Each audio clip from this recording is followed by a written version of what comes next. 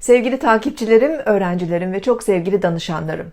7 Ekim'de Türkiye saatine göre sabah 6:47'de 14 derece Koç burcunda dolunay meydana gelecek. Bu dolunay 21 Ekim'e kadar olan dönemi önemli ölçüde etkileyecek. Hem kişisel haritalarımızda hem de toplumsal alanlarda dikkat çekici gelişmelerle karşılaşabiliriz. Evet, her dolunayda olduğu gibi ayın ışığı en parlak pozisyonunda olacak. Süper bir dolunay. Dolayısıyla güzel bir dolunay seyirliği de veriyor bize bu dolunay enerjisi.